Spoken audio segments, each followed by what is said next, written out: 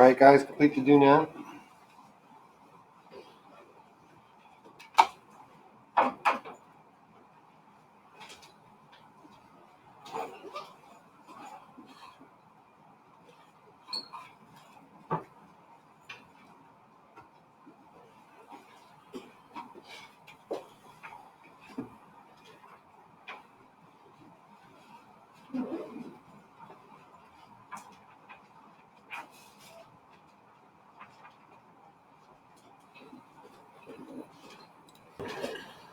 All right, who has an answer for the first question? What are some things that you can find on a map? Jamie? Continents. What's that? States and continents. States and continents, good. So besides the lands, the individual geographic areas, what else can you find on a map, informational-wise? Melissa? Okay, now, what we play, okay, let's look at the bottom of a map. What would I see at the bottom of a map? What's that? A key? What is another name for a key? Begins with an L. Another name for a key. Thank you. What's that? Did somebody say it? Another term for key is guys, pay attention, is a legend. All right?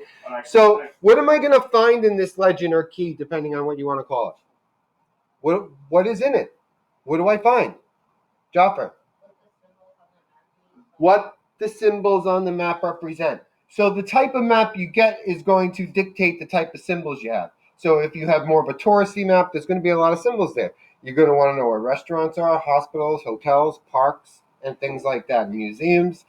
So you can get maps like that. And then there are other maps where the number of symbols is very limited, maybe to railroad crossings or something like that. What else can I find on a map? Like, what if I want to find out the distance between two spots? How would I find the distance between 2 points on a map? By using what? This is also located on the map. Begins with an S. It's called a scale. All right? So again, for instance, a scale is going to depend on, the size of the scale is going to depend on how big of an area you're looking at. So in other words, what a scale does is it says that each inch on this map represents, let's say, 20 miles. All right? So if I want to find the distance between 2 points, I would use that scale. All right, so we're going to specifically, we did latitude and longitude. Now we're moving into contour mapping, which is basically you're reading topographic maps. This is going to be a little bit more difficult than latitude and longitude. Some students really struggle on this topic, but I think students kind of overcomplicate it, and it's kind of hard also to, you're looking at a 2D map, and we're expecting you to visualize it in 3-dimensional. All right, so let me start you off with 2 video clips. Start with this one first. Let's just make sure I have volume up all the way. It'll help faces. Now it won't come out of there anymore? Oh, it should. Today, there are many kinds of maps. One of the most important is the topographic map. Topographic maps are highly detailed maps that show most surface land features, such as lakes, rivers, roads, and buildings, and the 3-dimensional quality of the landscape. Topographic maps use a series of lines which show elevation, that is, the rise and fall of the Earth's surface. The closer together the lines are, the more abruptly the land rises or falls. This allows us to represent 3 dimensions on a map that is 2-dimensional. There are thousands of topographic maps covering the whole United States. Most countries have a special branch of government whose job is to make sure the information used to make maps is completely correct. In the United States, this branch is called the United States Geological Survey, or USGS. Here we see a USGS cartographer updating a map by adding new roads and houses that have recently been built. So again, what did they say a topographic map represents in that video? Represents what? What do those lines represent? Not rivers and roads, but elevation in an area. All right? That's what those lines represent. What they're telling you is the elevation at that point.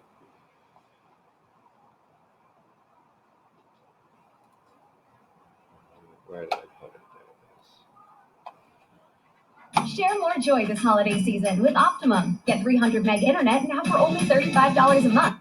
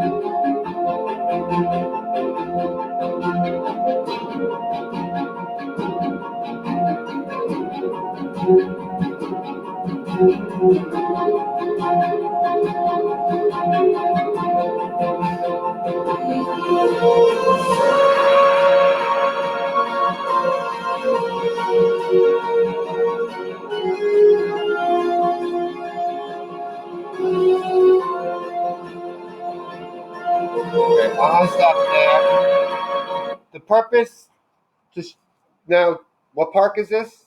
You said at the beginning?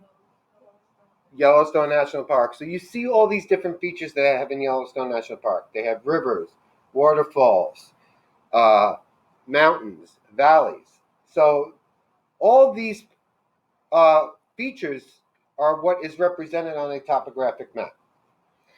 So at this point, I want you to take out your Chromebooks, open up the contour mapping notes, which I posted this morning.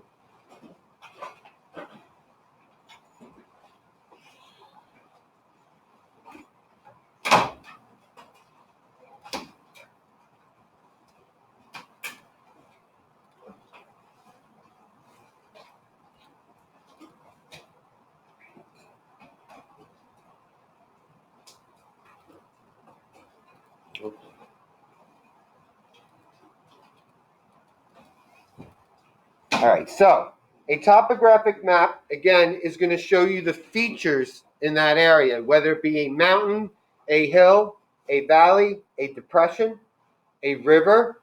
This is all going to be represented on a topographic map.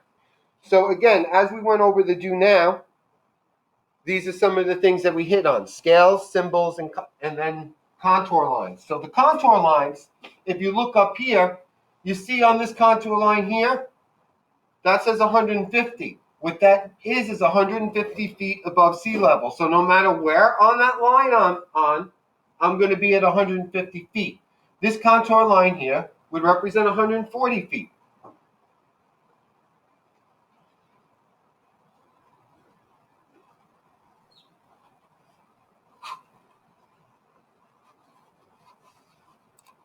Okay, so at the bottom of this map here, right here, you see this is the scale, all right? So the length of this thing from here to here represents 1 kilometer on the map. So if I ask you to find the distance between 2 points, best way to do it is take a piece of paper, right? Let's say I want to know the distance between A and E. Bring the paper up like this, whoops, sorry, and then mark it, and then go over to the scale and match it up. So that turns out to be 0.5 kilometers, half a kilometer. So that's how you would use the scale. Everybody clear on that? So everybody knows how to find the distance between 2 points? If I ask you, because I will.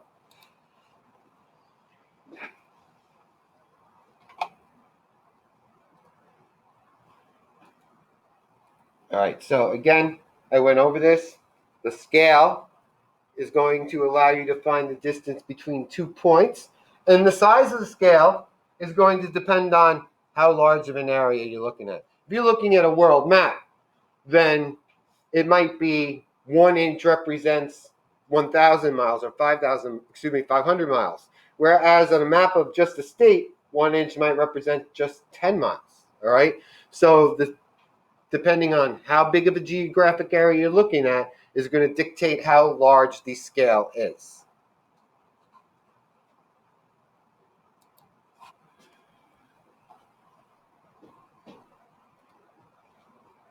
All right, so here, these would be some of the symbols you could find on a map. This you would find more on a touristy map just because you could tell by what's on here. For instance, motel, picnic area, places of worship, churches, mosques, bowling alleys, places to ride a bicycle, airport, whether it be domestic or international.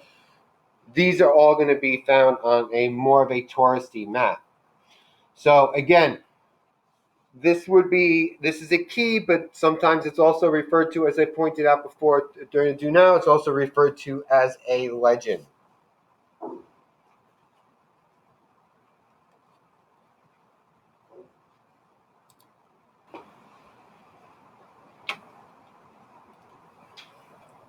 All right, so contour lines, again, these are the lines that you find on these topographic maps. They're going to represent the elevation of an area.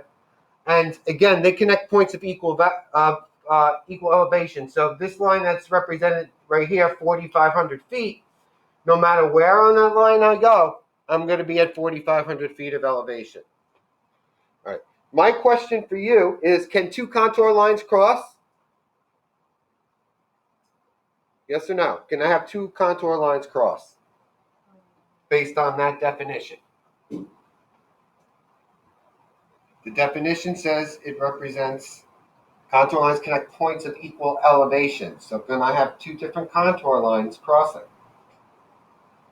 No, because how can I have 2 different elevations at the same spot, right?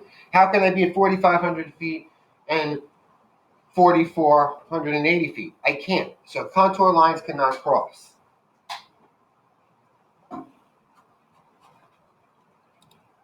Okay, so for today, we're going to stop there. So what I want you now to do is I want you to go to Google Classroom and complete the exit ticket that I posted this morning.